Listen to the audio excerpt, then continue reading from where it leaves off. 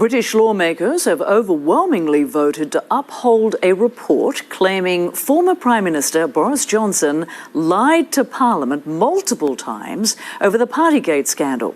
Johnson has dodged some of the consequences already, but can't avoid all of the fallout. CNN's Nada Bashir has more now from London.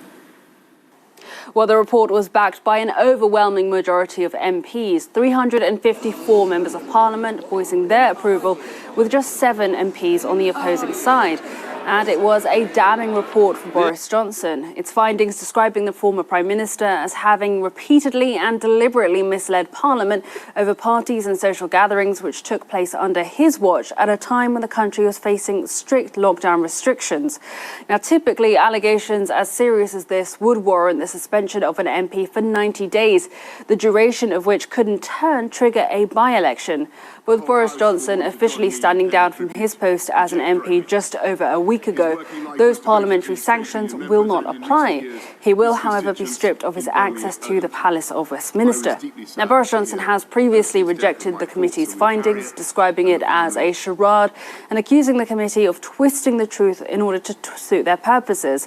But of course, the allegations against Boris Johnson are serious, and there continues to be widespread anger and distrust towards the government over the Partygate scandal, a scandal which is still very much in the headlines.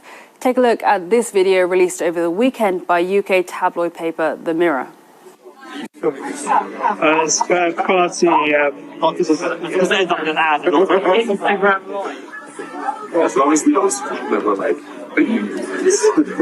Now, those featured in the video include former aides of Boris Johnson taking part in a celebration over the Christmas period in 2020, while the country was still under strict lockdown restrictions.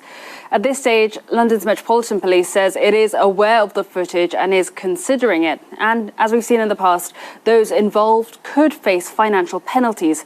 But this is, of course, a hugely damning piece of evidence for the former Prime Minister, who is no stranger to scandals. Nada Bashir, CNN, London.